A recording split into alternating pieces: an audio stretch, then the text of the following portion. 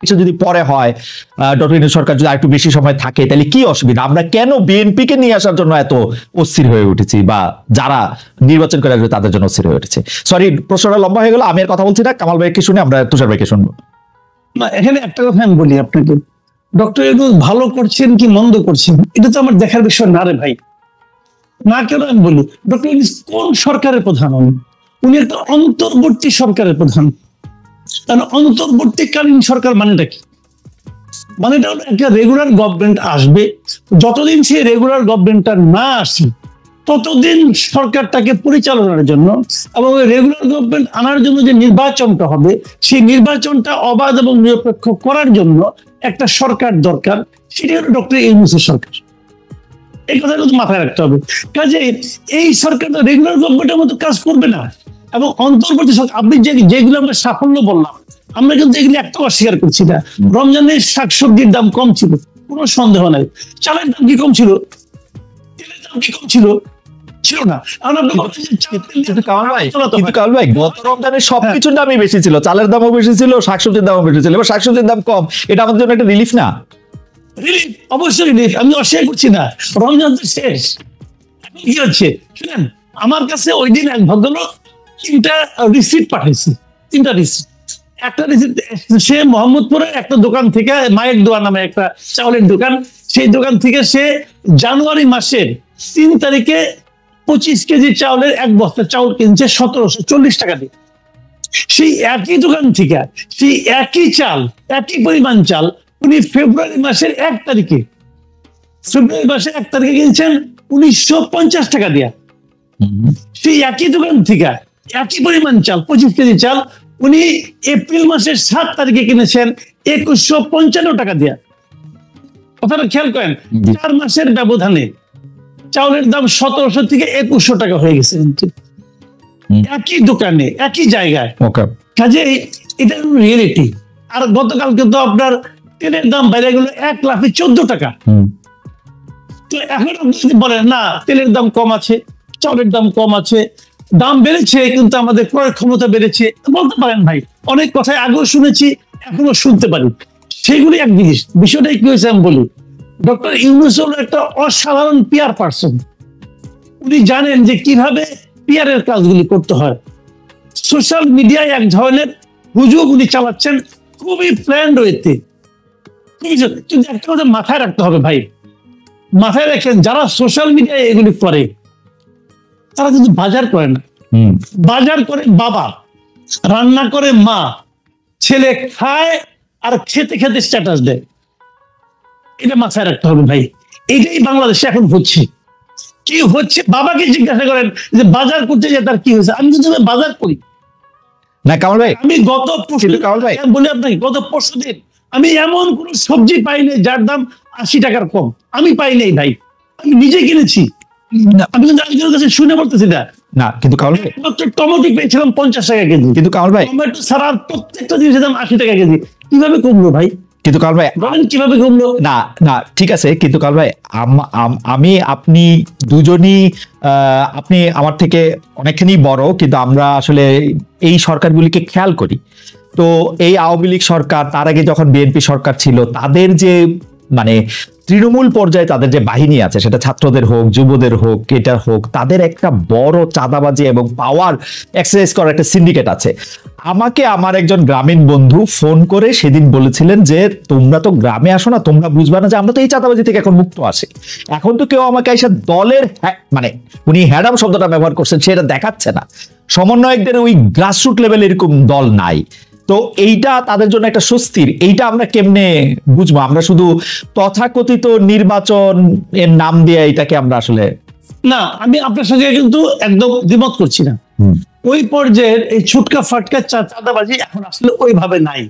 ঢাকার রাস্তাতেও ফুটপাতের বাদামওয়ালাকেও কিন্তু প্রতিদিন 100 টাকা করে চাঁদা দিতে হতো আগে, যে নাকি চীনাবাদাম বিক্রি করে। ওইটা এখন নাই, আমি নিজে চেক করে দেখেছি, ওগুলি নাই। এটা হলো একটা পজিটিভ দিক। কিন্তু একটা কথা আপনাকে মাথায় রাখতে হবে, সেই জিনিসটা হলো, আমি কিন্তু বাংলাদেশে ডক্টর ইউনূস সরকারকে হাসিনা সরকারের সঙ্গে তুলনা করবো না। হাসিনা সরকার তো আমার কল্পনার চেয়েও খারাপ সরকার ছিল। তাদের দৌরাত্ম্য, তাদের দাপট, তাদের অনিয়ম, দুর্নীতি, এটার সঙ্গে আমি পুরো সরকারকে তুলনা করবো না। সেটার জিনিস ওইখান থেকে আমরা মুক্তি পেয়েছি। মুক্তি পাওয়া মানে এটা এখন যে পেয়েছি, এটাই যে আমাদের প্রাপ্তি, এটাই যে আমাদের প্রত্যাশা, তা কিন্তু নয়। আমরা নিয়মতান্ত্রিক সরকার চাই। কেন চাই সেটা আমি বলি। আপনি যতক্ষণ পর্যন্ত আপনাকে রেগুলার পলিটিক্যাল গভর্নমেন্ট না আসবে, ততক্ষণ পর্যন্ত এই দেশে কোনো বিনিয়োগ আসবে না। আপনি সিঙ্গাপুর থেকে স্মার্ট লোক নিয়ে আসেন আর 41,000 উপরে থেকে ঝাঁপ দেওয়া লোক নিয়ে আসেন, ভাই কোনো লাভ হবে না। উনি মানে একটা অনুষ্ঠানে পরিচালনা করবেন, টুকটাক ইংরেজি বলবেন, হয়ে গেল। স্মার্টলি হাঁটবেন, হয়ে গেল। বিনিয়োগ আসবে না ভাই। পলিটিক্যাল গভর্নমেন্ট ছাড়া রেগুলার গভর্নমেন্ট যারা বিনিয়োগ করবে তারা কিসের উপর ভরসা করে করবে না। কাজে আপনি সেই জন্য আপনার এখানে একটা রেগুলার পলিটিক্যাল গভর্নমেন্ট আসতে হবে। কথা বলছে ডক্টর ইউনূস যদি ভালো হয়, উনি এই ক্যাবিনেট দিয়ে ইলেকশন করুক না, অসুবিধাটা কি আছে? আচ্ছা, আরেকটা কথা, এই ইলেকশন এদের প্রতি সাধারণ মানুষের ম্যান্ডেট আছে কিনা তারও তো প্রমাণ হওয়া দরকার আছে। আপনি তো গায়ের জন্য বলতেছেন জুলাই অভ্যুত্থান, আপনি গায়ের জন্য বলতেছেন। কে নিয়োগ করছে? ডক্টর ইউনূস নিজেই বলছে তাকে নিয়োগ করছে ছাত্ররা। ছাত্ররা কই? ছাত্ররা মিটিং রাখলে তো 100 লোক হয় না। তাহলে নিয়োগ করতে হয়, শুয়ে পড়ছে। ভাই এই সিস্টেমের ক্ষেত্রে সেটা কি হবে? সংস্কারগুলি করা হলে এটা থেকে আমরা আসলে মুক্তি পাইতাম কিনা, এইটা হচ্ছে আমাদের প্রশ্ন।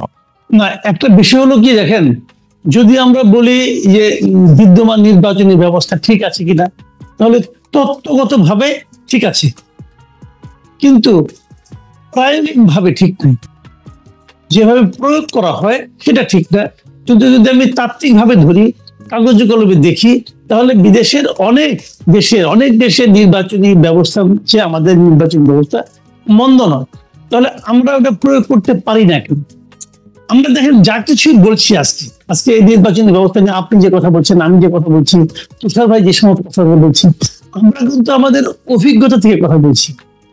আমরা গত কয়েকটা নির্বাচন দেখেছি কি হয়, এখানে টাকা পয়সার দাপটটা কোথায় যে ঠেকে আমরা কিন্তু দেখেছি। এই দেখে কিন্তু আমরা সিদ্ধান্ত নিচ্ছি, হচ্ছে না। কিন্তু আপনি দেখেন 70-এর যে নির্বাচনটা হয়েছিল, যেটাতে আওয়ামী লীগ নিয়ন্ত্রণ ভাবে জিতেছিল, ওই সময় কি আওয়ামী লীগ সবচেয়ে ধনী দল ছিল না? তো তখন এই দেশে এই ভূখণ্ডই তো হয়েছে। আমরা ইন্টেনশনালি পলিটিক্যাল পার্টিগুলো আমাদের ভোটারদের মন মানসিকতা, চারিত্রিক বৈশিষ্ট্যকে চেঞ্জ করার চেষ্টা করছে, কিন্তু এই চেষ্টাটা সফল সম্পূর্ণ হয়ে গেছে আমি কিন্তু তাও মনে করি না। আপনি যদি ওই পরিবেশটা আবার দিতে পারেন, আপনি যদি ওরকম একটা মেরুদণ্ড সম্পন্ন নির্বাচন কমিশন নিয়ে আসতে পারেন, এদেশেও এই ভোটারদের নিয়েও আমি মনে করি একটা ভালো নির্বাচন করা সম্ভব, যে নির্বাচনে অর্থ তেমন কোনো প্রভাব বিস্তার করবে না। একজন লোক কোটি টাকা দিবে, তার কাছ থেকে টাকা নিয়ে একজন ভালো লোককে ভোট দিবে, এই মানসিকতা আমাদের ভোটারদের মধ্যে যে একদম নাই, এটা কিন্তু আমি মনে করি। কারণ আপনি অভিজ্ঞতার কথা বলছিলেন, কিন্তু 91 সালেও কিন্তু আমি যদি দেখি যে এরশাদ সাহেবের আমলে এটা প্রথম শুরু হয়েছে মারাত্মকভাবে, 70 সালে না, মানে প্রভাবিত করা। 91 সালের পরবর্তী সরকারগুলি বা যারাই ক্ষমতায় এসছে তারা এটা কিন্তু চূড়ান্তভাবে প্রভাবিত করেছে। আপনি সংসদে যেসব মুখগুলি আমরা পেয়েছি সেগুলির দিকে তাকালে আপনি আসলে বুঝতে পারবেন যে তারা আসলে কারা, মানে তারা কেন সংসদে গিয়েছেন সেটিও কিন্তু পরিষ্কার। তো সেটি আপনি কেমনে মানে আমি সেটাই বলি আপনাকে। একটা জিনিস হলো কি, গণতন্ত্রটা কিভাবে অগ্রসর হয়? গণতন্ত্রটা কিন্তু অগ্রসর হয় trial and error basis. Right. মনে করেন একটা ঘটনা ঘটে, ওই ঘটনার পরিণতি দেখে আরেকজন শিক্ষা নেয়, এইভাবে কিন্তু চলতে। এটা কিন্তু একদিনের ব্যাপারটা, গণতন্ত্র কিন্তু একদিনে আসে না। এটা তো একটা আপনার নির্বাচন বলেন, গণতন্ত্র বলেন, এর তো একটা প্রাতিষ্ঠানিক রূপ থাকা লাগে, না হলে হুট করে হয়ে যায় না। আমাদের এখানে যতবার হতে দিয়েছে ততবার কিন্তু আমরা এটাকে ব্রেক করেছি বিভিন্ন রকম এই সামরিক বাহিনী দিয়ে, মার্শাল ল জাতি। আমরা ইন্ডিয়ার আমরা তো একই সঙ্গে 47 আমরা কিন্তু দেশ বিভাগ হয়েছিল, কিন্তু ইন্ডিয়াতে 47 থেকে পর্যন্ত একবারও তো সামরিক শাসন আসে নাই। কিন্তু তারা কিন্তু নির্বাচনের মাধ্যমে অগ্রসর হয়েছে। সেই নির্বাচনগুলির মধ্যে অনেকগুলি ফল্টি নির্বাচন ছিল, অনেক খারাপ নির্বাচনও ছিল, এখনো নির্বাচন নিয়ে প্রশ্ন উঠে। তারপরেও এটা গণতন্ত্র কিন্তু একটা জায়গায় এসে দাঁড়িয়েছে, যেটা এটুকু মানা যায়। কিন্তু পাকিস্তান তো পারে নাই, আমরা কিছুটা মাঝখানে পেরেছিলাম, পাকিস্তান তো তাও পারে নাই। তো এইগুলি কিন্তু আপনার ডিপেন্ড করে আপনি কতদিন সেটাকে কন্টিনিউ করতে পারবেন। পলিটিক্যাল পার্টিগুলোর মধ্যে ধান্দা থাকবেই।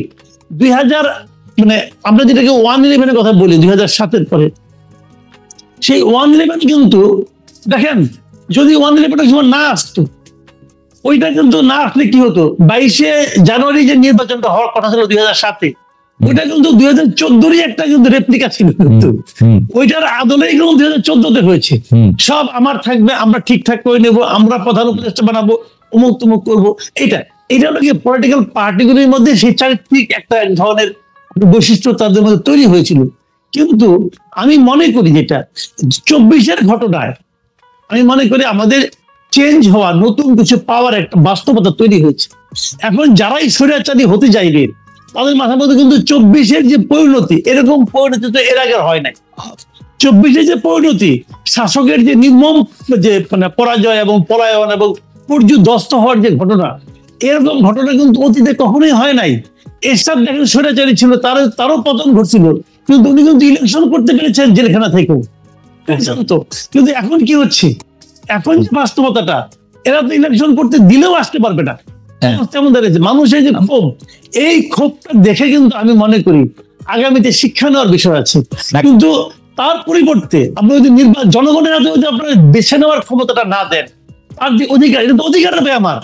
আপনি যারা বলতেছেন যে ইউনূসকে 5 বছর রাখতে হবে, ওনারা ওনাদের ভালোবাসা থেকে বলতেছেন, ওনাদের ভালোবাসাকে আমি অনার করি, কিন্তু পাশাপাশি আমি ওনাদেরকে বলবো যে আপনি কি সবার কাছে জিজ্ঞাসা করছেন? না। সবার মতামত দিচ্ছেন? না। সবার মতামত যখন নিতে পারবেন, সেটাকে আমি ডেমোক্রেসি বলতে।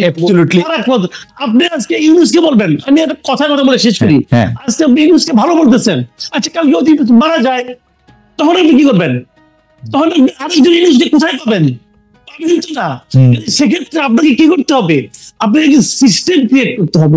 আপনি সংস্কারের কথা বলেন, যে সিস্টেম ক্রিয়েট করবেন, আপনি নিজেরাই সিস্টেম ভাঙার চেষ্টা করতেছেন, যে ওনাকে রাখতে হবে। ওনার যদি জনগণের সমর্থন থাকে, তাহলে উনি যে একটা পার্টির সঙ্গে আছেন অথবা পরোক্ষভাবে আছেন, উনি প্রকাশ্যে চলে আসেন, ওই পার্টির নেতৃত্ব দেন, ইলেকশন করেন। যদি জনগণ আপনাকে চায়, আপনি নির্বাচিত হবেন। ওনার তো টাকার অভাব নাই, 666 কোটি টাকা যদি কয়েকদিন আগে মাফ করে নিচ্ছেন, টাকার তো অভাব নেই রে ভাই, ওইটা ইলেকশন করেন, অসুবিধা কি? কামাল ভাই, আপনি এই প্রসঙ্গটা নানা সময় তুলেছেন তুষার ভাইও, সেই জন্য এই প্রসঙ্গে আমি কথা বলতে